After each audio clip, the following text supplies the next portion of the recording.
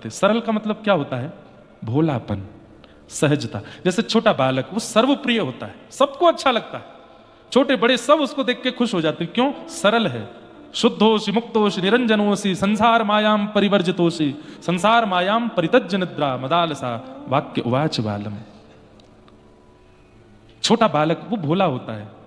छोटा सा बालक जोर से गिर जाता है तो ऐसे माथा फूल जाता है उसका, माता पिता ऐसे हाथ रख देते हैं, हाथ बहुत जोर से रोता है, लग गई। कई बार बालकों के रक्त आ जाता है, गिरा जाते हैं। तो खुशी कितनी सस्ती है, 1 रुपए की टॉफी दे दो। भूल जाता है अपनी पीड़ा, भूल जाता है अपना रक्त, भूल जाता है अपना दर्द।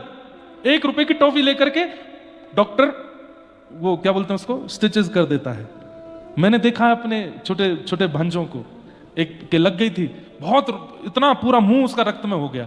उसको लेकर के गए, हम लोगों के हाथ पैर कांपे उसको देख करके, और डॉक्टर के सामने लेके गए, पूरा मुंह पहुंचा, यहां पूरा कट गया था, रो रहा था।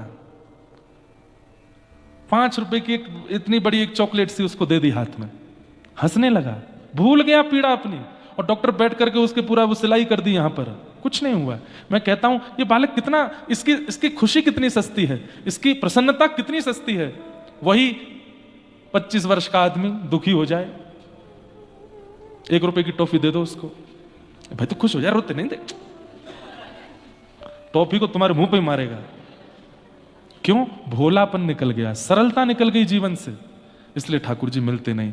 बंधुओं एक बात कहूं, मुझे कभी कभी ऐसा लगता है जो व्यक्ति अतिश्रेष्ठ होने के बाद भी, बड़ा होने के बाद भी, योग्य होने के बाद भी अपनी बाल चेष्टा का त्याग नहीं करता, वो ठाकुर जी को प्राप्त कर सकता है। हमको ना 3 घंटे के बाद महाराज जी बन के रहना बहुत बुरा लगता है। 3 घंटा कथा के बाद हमको फिर ये लगता है कि भाई खेलो कूदो ऊधम मचाओ, हमारे साथ आनंद करो। हाँ, जब मैं अध्ययन करता हूं तब अलग विषय है, 3-4 घंटे एकांत में, बाकी मुझे लगता है सबके संग खेलूं मैं। पर आजकल मेरे संग खेलने वाले कम, फोटो वाले ज्यादा आ जाते हैं। फोटो खींच लो, महाराज जी ने ऐसे धोती उठाई, महाराज जी ने अपना कुर्ता यूं कर लिया, महाराज जी ने अपने बाल ऐसे, वो चश्मा पहना है, वो फिर मुझे फिर मन नहीं होता। मेरे को रहता है कि मेरे संग सखावत हो जाए तो मैं सबके संग खेलूं, खूब आनंद करूं। सरलता दूसरा अमृत है। हम उस सरलता का त्याग कर देते हैं। बड़े होने के बाद में हमें लगता है ये तो बच्चों का काम है, हम क्यों करें। अरे नहीं, बड़े होने के बाद कभी कभी बालकों की जैसी चेष्टाएं किया करो, बालकों जैसा व्यवहार किया करो। ठाकुर जी को वो प्रिय लगता है। मैं आपको सच बता रहा हूं, ये ठाकुर जी का प्रिय गुण है कि बालकों जैसी चेष्टा बड़े होने के बाद भी रह जाती है ना। बहुत ही ज्यादा तो नहीं होनी चाहिए, बिल्कुल बालकों के जैसे ही रहते हो, नहीं। कभी कभी देखा कि बहुत बड़ा आदमी है, बहुत श्रेष्ठ आदमी है, और वो बड़ा सरल होकर के कुछ ऐसे बालकों जैसा कर, तो हमें उसके प्रति लगता है अरे देखो कितना अच्छा है, कितना दीन है, कितना डाउन टू अर्थ है। ठाकुर जी को नहीं लगती होगी ये बात? ठाकुर जी को भी लगती है। सरलता, भोलापन, भोंदू भोंदू बन जाओ भोंदू। रोज अपने गुरुदेव से कथा सुनते हैं, जीव गोस्वामी पाद से, कि भांडीर वन में ठाकुर जी गैया चराने आते हैं। भोंदू के कान खड़े हो गए, भांडीर वन तो मैं 15 साल से गैया लेके जा रहा हूं, मुझे तो आज तक नहीं मिले। वो हमारी तरह श्रोता नहीं था ना। अब मैं कह दूं सामने वाले पर्वत पर भगवान आते हैं, आप लोग सुन के चले जाओगे, तो ऐसे बोलते रहते हैं, सब शालिग्राम हैं, सामने वाले पे आते हैं। पर वो इतना सीरियसली सुन करके गया, भांडीर वन में भगवान गैया चराने आते हैं, 15 साल से मैं जा रहा हूं, मुझे तो मिले नहीं। आज गए, और ठाकुर जी को ढूंढने की भावना से जब बैठा, 1 दिन 2 दिन 3 दिन रोज ढूंढता है, कभी इस पेड़ के पीछे, कभी कहीं, कभी जमुना जी के तट पर, कभी सघन वन में। ठाकुर जी आते तो हैं, गुरुदेव झूठ नहीं बोल सकते कथा में, ठाकुर जी भांडीर वन गैया चराने आते हैं, मुझे क्यों नहीं मिल रहे। 4 दिन बाद उसकी मन की इच्छा पहुंच गई राधा रमन लाल के चरणों में, और तभी सघन वन में सुंदर सुंदर गैयाओं के बीच में नवरंगी लाल श्री बालकृष्ण प्रभु वेणुनाद करते हुए गैया चराते हुए आ रहे हैं। और जैसे ही देखते ही भोंदू के नेत्र सजल हो गए, मिल गए, गुरुदेव ने जो बताए थे वही हैं। ठाकुर जी आ गए सन्मुख, पहली बार देखा है भगवान को। भोंदू है, नहीं जानता कि चरण छूने चाहिए, बैठा है बस चुपचाप। ठाकुर जी आके बोले, अरे प्रणाम ना करे वो आपको? अच्छा हाँ, गुरुदेव कहते तो हैं प्रणाम करना चाहिए, कैसे करूं? या चरणन में सिर झुकाए दे अपने। भोंदू ने प्रणाम किया। ठाकुर जी बोले, कहा नाम है तेरो? मेरो नाम भोंदू है। जैसे ही सुनी भोंदू, ठाकुर जी तो जोर से हंसे, लेट गए पृथ्वी पर हंसते हंसते। वो दोबारा बोलियो, कहा नाम है? बोले, मेरो नाम भोंदू। एक बार और बोल दे, तेरी मैया ने तेरा नाम भोंदू रखो? बोला हाँ भोंदू। तेरी पिताजी, तेरी बहन सब तुमको भोंदू बोला? मैं बोला हाँ। अब तो ठाकुर जी और जोर जोर से हंसे। बोले भाई तू मेरा मित्र बन जा, तू कितना बढ़िया है, तू भोंदू है। कितना सरल है वो। और यही दूसरा अमृत है भगवत प्राप्ति का। सरल बन जाओ, सामान्य भाषा में भोंदू बन जाओ। अपनी रोटियां खोल लेता है, एक रोटी ठाकुर जी को देता है, एक रोटी अपने सामने, उसमें मिर्च का अचार और गुड़ लेकर के जय जय पाओ।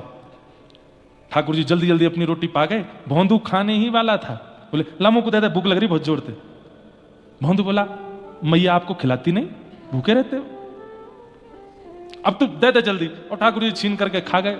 भोंदू बोला अब मैं तो भूखा ही रहेगा, अब हम आप सब लोग होते तो हम ऐसा कहते ना, ये भी ले लो, ये भी ले। ठाकुर जी अरे आप मिल गए, भूख की क्या, हम लोग बनावटी बहुत है, इतनी बनावटी बातें आती हैं हम लोगों को, भोंदू को नहीं आती। तो ठाकुर जी से कह रहा मैं तो भूखा ही रहेगा। सबरी खा गए। मैया ते रोटी बंधवा के लाए करो कल ते, मैं नहीं लाऊंगा, तू लेके आइयो मेरे काजे। 2 रोटी अपने काजे, 2 रोटी मेरे काजे। ठीक है। अगले दिन 4 रोटी लेके जाने लगा। रसोईया ने पूछा कि तू तो हमेशा 2 ही रोटी लेके जाता, आज 4 क्यों? और रोटी नहीं थे, मोटे मोटे टिक्कर, वो एक पालो तो भूख ना लगे पूरे दिन। भोंदू बोला तुम्हारे भूखे भगवान आते हैं, यशोदा मैया उनको पवाती नहीं है, मेरी रोटी खा जाते हैं, मैं भूखा रह गया था कल, इसलिए उनके लिए 2 लेके जा रहा हूं। भोंदू तो कह के निकल गया। रसोईया बोला ये इतना सीधा है, ये झूठ नहीं बोल सकता। जाके आचार्य चरण को बात बताई। आचार्य चरण श्री जीव गोस्वामी पाद ने बुलाया और भोंदू से कहा कि कौन मिले थे तुमको कल वन में? बोले गुरुदेव आप जिनकी कथा सुनाते हैं ना, नंद नंदन यशोदा नंदन गैया चराने बांडीर बन जाते हैं, 15 साल में तो कभी दर्शन नहीं हुए, परसों जब आपने कथा में सुनाया तो मैंने ढूंढना शुरू किया तो कल मुझे मिले। जीव गोस्वामी बोले तुझे ठाकुर जी मिले? बोले हाँ। कैसे थे? मैं कैसे वर्णन करूं, मुझ पे तो शब्द नहीं है, पर उनके नेत्र हमारे जैसे नहीं थे गुरुदेव। हमारे नेत्रों का अंतिम छोर तो यही है, उनके बड़े लंबे लंबे नेत्र, यहां तक नेत्र जा रहे थे। जब वे खोलते और बंद करते तो ऐसा लगता मानो कमल का पुष्प खुल रहा है, बंद हो रहा है। जब वे बोलते थे ना तो उनके मुखमंडल में जो दंतावली है वो इतनी सुंदर थी, मैंने ऐसे दंतावली नहीं देखी। ओष्ठ ऐसा लगता था मानो जैसे धनुष बाण है, और जब जब वे बोलते हैं तो मानो जैसे कोई वीर राजा, परम सुंदर राजा अपने धनुष के तस्कर पर बाण लेकर के छोड़ रहा हो, सामने वाला घायल हो जाता है। उनके तन से गुरुजी बड़ी अच्छी सुगंधी आ रही थी, जैसे कोई महंगा वाला इत्र लगा के आए हों। और बोले वो जहां जहां चल रहे थे, बैठ रहे थे, वहां की भूमि अपने आप कोमल, सुगंधित और शीतल होती जा रही थी। गुरुदेव समझ गए कि परमात्मा मिल गए इसको। और ये भोंदू है, कुछ नहीं जानता, ये कुछ भी नहीं जानता, ये वर्णन कर रहा है, इसका मतलब ठाकुर जी मिल गए। जीव गोस्वामी बोले भोंदू तू उनको लेके आएगा अपने साथ? बोले कहां? आश्रम में? बोले हाँ। उनको अपने संग ले आएगा? अरे गुरुदेव ये सेवा तो आप और भी विद्यार्थियों को दे सकते हैं, मैं तो ग्वारिया हूं, गैया चराता हूं, गोबर थापता हूं। नहीं, तू ही लेकर के आ। उसको ये लग रहा था कि ठाकुर जी सबको मिलते ही रहते हैं, मैं ही दुर्भाग्यशाली हूं जो मुझे 15 साल बाद मिले। इतना भोला। गया वन में, बड़ा खुश कि आज पहली बार आचार्य ने मुझे आज्ञा दी है, भगवान को लेके आओ। वन में गया, ठाकुर जी आए, ठाकुर जी के आगे 2 रोटी रखी, तुम्हारी हैं और जो मेरी है, मेरी मत खाइयो, खाओ। अच्छा जय एक बात बता। बोले क्या? रोटी खा करके फिर आप कृपा करोगे? बोले कहा मेरे गुरुदेव ने मुझको पहली बार जीवन में आज्ञा दी है, आपको लेके आश्रम जानो है, चलोगे? ठाकुर जी बोले देख तू मेरा मित्र है, तू मेरा सखा है, तो मिलूंगा, जुलूंगा, बात करूंगा, खाऊंगा, पीऊंगा, आनंद करूंगा, हंसी मजाक करूंगा, चलो जाऊंगा, तेरे अलावा कोई सो नहीं मिलूंगा। अरे वो मेरे गुरुदेव हैं, उनकी कृपा से ही तो हम दोनों मिले हैं, उनसे तो मिल लीजिए। ठाकुर जी बोले बिल्कुल नहीं मिलेंगे। वो नहीं मिलोगे? वो नहीं मिलूंगा। बिल्कुल नहीं मिलोगे? बोलो बिल्कुल नहीं मिलूंगा। ठीक है, तो मेरे गुरुदेव से नहीं मिलोगे तो फिर मोते भी नहीं मिलना है, कल से आप गैया चरावे कहीं और जाओ, यहां नहीं आओगे। ठाकुर जी मैं क्यों जाऊं, मैं तो यहीं आऊंगा। बोले 15 साल तक तो दिखे नहीं यहाँ पे, तो यहाँ को मतलब ये जगह मेरी है, यहां मैं ही गैया चराऊंगा, तुम कहीं और जाओ, और कल ते अगर तुम्हारी गैया यहां दिख गई तो उन गैयान को मैं गौशाला, अपनी गौशाला में ले जाऊंगा, जाओ। मेरे गुरुदेव को नहीं तो मेरो भी नहीं। और सुनो ये रोटी दो, ठाकुर जी के हाथ से छीन ली, ये भी गुरु जी के घर की है। कितना सरल है बंधुओं। ये आप अब चाहोगे ना कि मैं बन जाऊं, नहीं बन पाओगे। ये तो सत्संग और नाम की ही कृपा होगी कि सरलता आ जाए। आप चाह करके जानबूझ के करना चाहोगे तो एक्टिंग बन जाएगा, सरलता नहीं। सरलता तो स्वभाव में आनी चाहिए। और भोंदू ने छीन ली रोटी, बोले अब नहीं मिलूंगा आपसे, और सब अपनी गैयाओं को घेर करके जाने लगा। ठाकुर जी बोले देख ले भोंदू, मोते मित्रता करवे के काजे ब्रह्मादि देवता तरस रहे हैं और तू मुझको छोड़ के जा रहा है। भोंदू बोला ए ब्रह्मादि देवता कर लो याते मित्रता, मैं तो ना करूं, जो मेरे गुरु को नहीं वो मेरो नहीं, ब्रह्मादि देवता नहीं गुरु अपनो मित्र बनाओ, मैं तुम्हारा मित्र नहीं। जैसे ही थोड़ा दूर गया ठाकुर जी व्याकुल हो गए, बोले ये ज्ञानी नहीं है, ये भोंदू है, ये चला ही जाएगा और मिलेगा ही नहीं मुझसे जीवन में। दौड़ करके ठाकुर जी गए और जाकर के उसके कंधे, क्या समझ में आई बात, आप जानकार हो तो ठाकुर जी आपको छोड़ सकते हैं, ये दोबारा योजना बना के प्राप्त कर लेगा, परंतु आप यदि बालक हो, आप भोंदू हो, तो ठाकुर जी जानते हैं कि भाई ये दोबारा नहीं आएगा, मुझे ही जाना पड़ेगा इसके पास।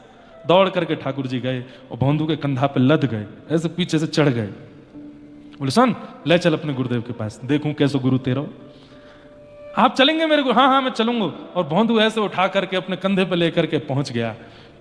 गाय आ गई आश्रम में, आचार्य चरण बोले भोंदू आया, बोले आ रहा है। बाहर जाकर के देखा तो गायों के समूह के बीच में भोंदू, और भोंदू के कंधे पर लदे हुए मोर पुच्छ धारण किए हुए आहा कमल जैसे नेत्र श्याम वर्ण के श्री ठाकुर जी, दिव्य तेज प्रकट हो रहा है। देख करके आचार्य तो मूर्छित हो गए। जब होश में आए तो होश में आते ही भोंदू को प्रणाम किया, बोले घर छोड़ा, परिवार छोड़ा, अध्ययन किया, सालों साल गुरुदेव के चरणों में रह करके ज्ञान अर्जन किया, कोई पुराण नहीं छोड़ा पढ़ने के लिए, लेकिन आज तक कभी भगवत दर्शन नहीं हुआ। और तू कितना भोला, गैयाओं का गोबर थापता है, गैया चराने जाता है, अपने भोलेपन से आज ठाकुर जी को मेरे आश्रम में ले आया। ठाकुर जी को प्रणाम किया। ठाकुर जी बोले देखो मैं बहुत देर नहीं रुकूंगा, आपसे आज्ञा ले आया हूं। बोले क्या, इस भोंदू को हम अपने धाम ले जाएं? आचार्य बोले मैं कैसे रोक सकता हूं। बस इतना कहते ही भोंदू के कंधे पर हाथ धर के ठाकुर जी अपने गोलोक धाम में उसको लेके चले गए। इतने रीझ गए उससे, किस लिए? केवल उसके भोलेपन पर। यह दूसरा अमृत है मुक्ति का, सरलता।